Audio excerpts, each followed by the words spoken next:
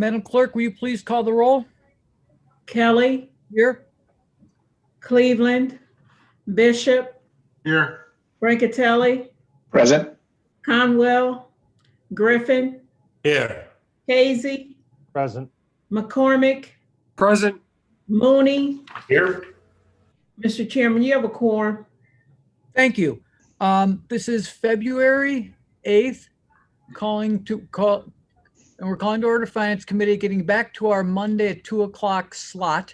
And I'm going to begin by reading our disclaimer, which says this committee meeting is being held during the COVID-19 emergency declaration is being conducted as a virtual meeting in accordance with Ohio's open meeting laws as amended by House Bill 404. This meeting will be publicly broadcast on TV 20 as well as live stream on YouTube. With that, I just want to do a quick overview of what we're going to go over today. Today is a short agenda, but I just wanted to have a Finance Committee meeting before we launch into the budget hearings. We will be engaged, as you all know, in community development block grant hearings for the remainder of the week. We'll conclude the week with the budget retreat. We'll have Monday, we'll be off because of President's Day, and then we will go right into the next 2 weeks of budget hearings. So I wanted to call a meeting today for that purpose, just to make sure everybody just have a pre-meeting on that. And if I misspoke, because I may have, and suggested there was going to be a council meeting immediately following this, it's going to be after our next Finance Committee meeting on the 22nd and not today. So if I misspoke, I apologize about that. I put out an email clarifying that. So I know I've had several conversations, and if I misspoke along the way, we will not have, since we just had it Wednesday, it will not be today, but we'll be at our next regularly scheduled Finance Committee. We'll roll right into the council meeting at the conclusion of finance. With that, I want to take a minute to talk about the budget, and then we have one resolution, but just a general conversation. And those of you who are in chairman's meeting, some of this will be repetitive, but what we're looking at is a budget that will be similar in some ways to last year's. If you recall, last year we carried over $43 million in unencumbered cash. And if you remember, at the time, we were budgeting for a recession, and nobody saw what the type of recession we were going to go into. But we did have the unencumbered cash, and we did have a recession, and that we're still in. We were not filling certain positions. When I say we, the administration, the city of Cleveland, were not filling certain non-essential positions and deriving savings from the budget that way. That being said, we had burned down a decent amount of the unencumbered cash, and what is going to keep the budget about even this year, or we're going to come in with the $40 million of unencumbered cash, is that we did get $60 million in CARES Act funding. So that saved the 2020 budget and put us in a place that we're going to enter 2021 with unencumbered cash. Of the unencumbered cash, we're budgeted to burn down, I shouldn't use those terms, we're budgeted to spend approximately $20 million of that to where we will complete the year with closer to, if things go as planned, 20 million. But there's certain things that we don't know about this year in this year's economy and this year's budget. For example, we have no idea what to expect from our entertainment taxes. We're expecting very little to none from admission taxes, from parking taxes, hotel bed taxes. There'll be some, but it will take a tremendous hit. Guy Gadomski is going through the budget right now in detail, and he will be with us on Friday for the budget retreat. I've spoken with Sharon, and I've been through the budget, but I have not, I did more of a high level view. I didn't go line by line and dig into all of it. And we have weeks ahead of us to do that. But what I would ask everybody is that the budget hearings are technically a Finance Committee meeting, and I want to keep a quorum there. So if you're a member of finance, I want to make sure that I don't expect anyone to have to be live tuned in for the entire duration of the budget hearings, but I'd like to at least make sure that we have a quorum of finance as we move through this. So it's you know, it's going to be just like we do each year, except for it's going to be virtual this year. Guy will be there. Sharon will be there. We're going to have the safety portion first, and then we're going to move into the general budget, excuse me, the general fund budget hearings, but we're going to spend some time on safety alone.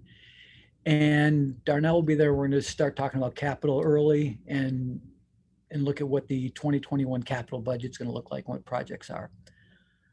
So that's just a 30,000 foot view of what the budget, what we've looked at, what I've looked at so far in my conversations with Guy and Sharon have been like so far. I'm going to spend some time between now and then going through it. If you do have questions, you know, speak with directors ahead of time, make sure that just because it's going to be virtual, it's going to be challenging to, you know, when we're pushing back by line item, I'm envisioning a shared screen where the budget's up, but it's going to be an interesting year because as we all know, it's a big book. I'm going to pause. I see Councilman Brian Casey has his hand up. Councilman Casey? Mr. President, has anybody, or do we know where we are, is keeping the council leadership apprised of the House bill that's going through the state in regards to local income tax? Are you being briefed on that, or do we know where we are? Do we have somebody down there who's keeping us abreast of, you know, that situation? Yes. I am watching that one very closely. Sharon's watching that very closely. The challenge with when these bills come up in Columbus is there is always somebody that's going to raise that's going to introduce a bill. It's a question of how many, does it get a second hearing? Does it get any legs? Everything, unlike, and I know you know this, Councilman, but I'm not sure everybody who's watching knows this. Unlike Cleveland City Council, where everything is live until we table it, in the state, everything dies at the end of the year that isn't passed. So I'm not sure that, you know, something will come back, but we watch this very closely. Sharon watches very closely, and we have lobbyists that are watching that every step of the way.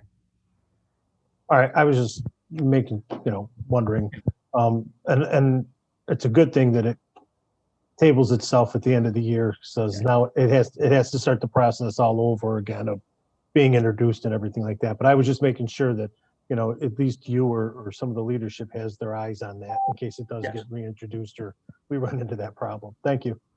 And if it becomes close to reality, I'll make sure that everybody is aware of any legs that gets well ahead of time so that we can engage and put together opposition to it.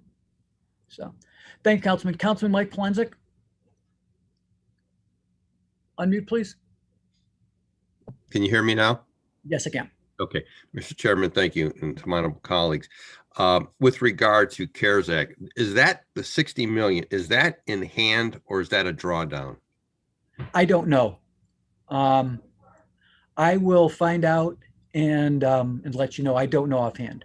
Okay, and then as it pertains to pre-budget requests, should those be directed to the chairman? I know Blaine has indicated as it pertains to safety, but other issues, other departments, divisions, you want those directed to the chairman or to you directly? If you could both. Okay. You know, just CC me on the emails, but it's always helpful to go to the chair because I've asked the chairs to meet with the directors prior to the hearings. Okay. And in the past, many of the pre-budget requests that we have requested never gets to us until well after the budget.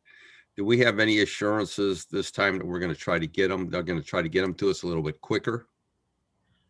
I don't know if there's no new process that I'm familiar with, but let me know. I mean, we will follow up on each of them. And I know Joe Titrin has a complete list and he's always constantly seeking follow through, but just give me apprised of the information that you want to get, Councilman. Okay. Thank you very much.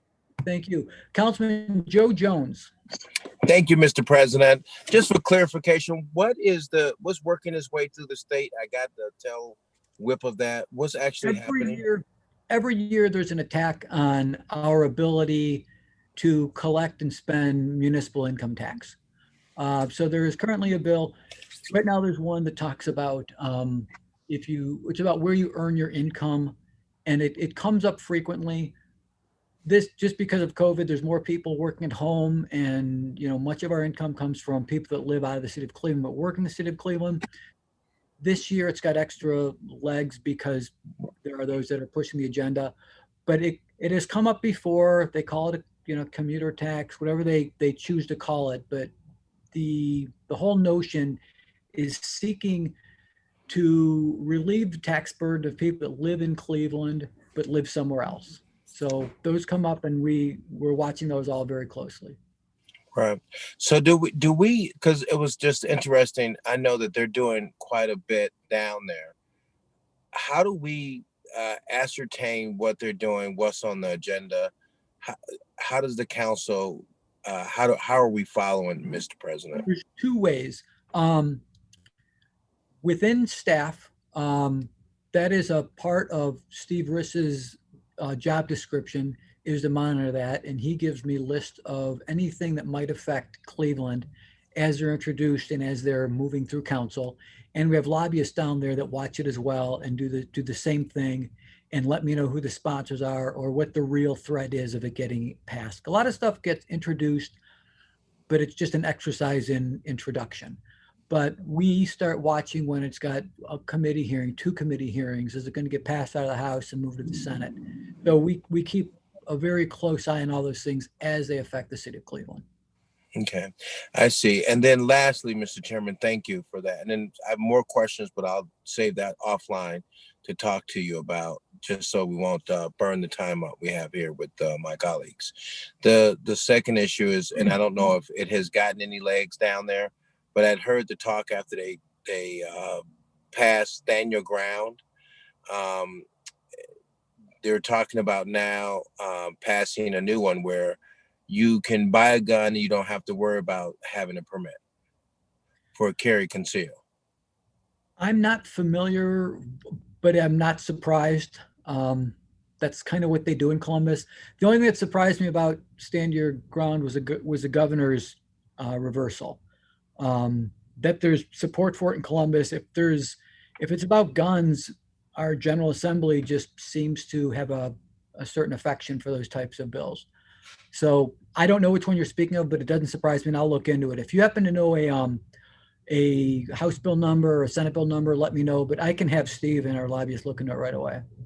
All right, great. Thank you, Mr. Chairman. No further questions. Thank you. Okay, so everybody has the budget book. It is, as you know, voluminous, and it's online. So if you have questions, think through those, do as much to read up on it before we get into the hearings as much as possible, because it's just going to be a little more awkward this year. We're not going to, if you imagine how we do this in years past, you say to a director, on page 374 and this certain line item, and it's easy to quickly get there. It's just going to be a little more cumbersome. I'm just going to ask everyone to be a little bit more patient. Try to have your questions as queued up as possible and as direct as possible. But, this is a very, very important process we're going through. This is, in many ways, this is one of the most important things we do as council is to pass the budget and with our priorities. Any questions, general comments on the mayor's estimate before we get into this? Okay, I don't see any hands. So again, we're going into this week with Community Development Block Grant. Then we're going to go to Budget Retreat Friday, President's Day Monday, and then we have general fund budget hearings for the 2 weeks following that. Everybody should have gotten a schedule on your email. Did everybody get their schedule? Okay, very good. So with that, there's only one piece of legislation. And let me just read it real quick. It's Resolution 81, 2021. Councilmember Jones, Bashir Jones, an emergency resolution condemning all manners of racism, xenophobia, hate speech, intolerance, and discrimination in the city of Cleveland, especially against Asians and Asian American Pacific Islanders during this pandemic, and calling upon the Ohio Department of Health and the City Health Department to incorporate anti-racism messaging into its public education and digital messaging.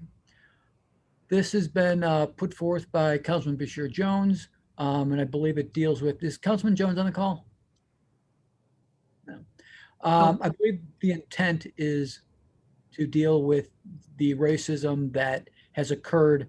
You know, a lot of people have called this the Chinese flu, you know, the China virus. Some presidents of the United States even called it that. So I think it's an effort to combat that type of racism as we deal with the pandemic. Does anybody have any questions, comments about this legislation? Any opposition? Okay, well, without any opposition, if there's no questions or comments, then Resolution 81, 2021 stands approved. Those are the only items that I had for today. We could have pushed this, but I just wanted to have a committee meeting to get back in the habit, and I also didn't want to go into the CDBG and budget hearings without having some conversation. Councilman Mike Plunzik? Thank you, Mr. Chairman. Can you hear me? Yes, I can. Can you hear me now? Yes, sir. Okay, Mr. Chairman, can we receive copies of the information, the subpoenas that went out as regards to the First Energy HB6 issue? Sure. I don't know if has that been disseminated out to the body, or is it, because I'd like to see it. I'll just send it to everybody. I'm not sure who has copies of it, but I'm Okay. happy to share those. And secondly, was under the rules and under the chart, was there a vote required by the council on that? Yes, and that took place in August. Okay, that's what we did then. Yes, Okay, so that was the forerunner to the action that was taken. yes. Okay, I just want to get that clear from a standpoint. So if we could get copies of that, of the action we took in August, I'd appreciate that as well. Sure. Yeah, we passed the resolution giving the Sure. authority for the Right. investigation, and to have subpoena power, you need a resolution of council, and that's what we did. And just to summarize real quick, the first stage in all of this was gathering information that was already publicly available.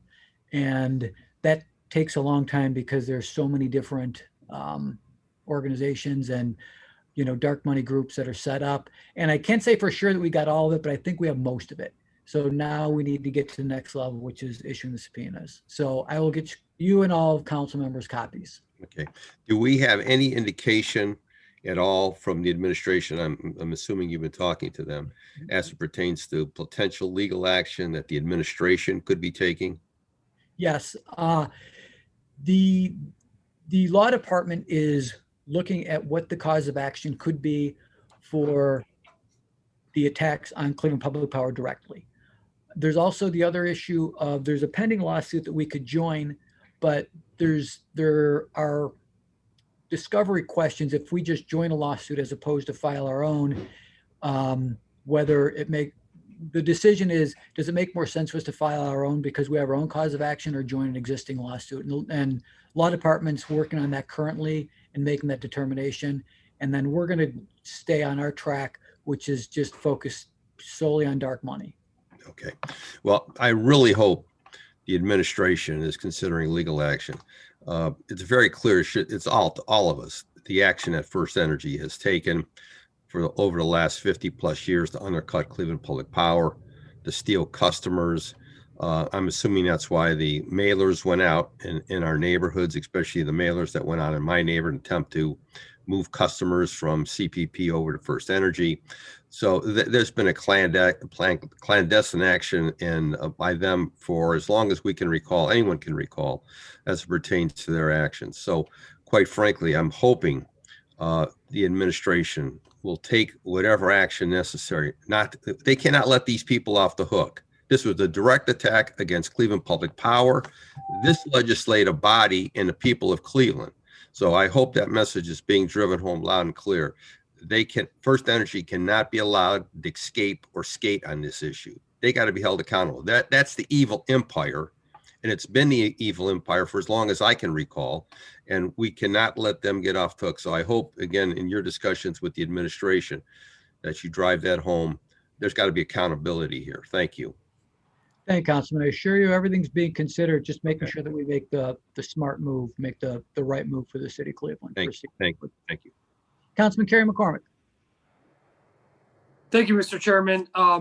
Just a follow up, in my years-long climb of Everest to obtain information about our smart parking plan as the city, I still have not received any response on that. I do want to say that, I realize that parking might not be the most pressing of issues. What is important to me is that, especially in the commercial districts of our community that our small businesses rely on, ensuring that we have, in addition to bike lanes and all that beautiful stuff, excessive parking to support our small businesses is really important. And for years, as you and I have both, but we've been involved for years asking for information on this. I sent an email over a couple of weeks ago to the administration. I believe professionally, albeit directly, requesting information, and I have not heard back yet. Councilman, did you see me on that? Yeah, all members. Yeah. Okay, Yeah. well, let me go find that, because in addition to the reasons you stated, another issue is that it would just like send a message. It's not that complicated. It's No. it would just send a message that we get it. We understand that, this is a small step we can take. So I will follow up on that as well.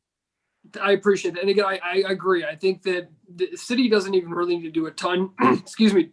And we passed an ordinance 2 years ago to bring on a consultant to do a parking study and to recommend technology to upgrade our parking. That was like two and a half years ago. So this all should exist somewhere in the building. Yeah, I'm sure it's being consulted on as we speak. Thank you. Thank you. All right. Anything else for the good of the order? If not, thank you for your participation. We have a long, important 3 weeks ahead of us. So thank you all, and look forward to seeing you in the near future.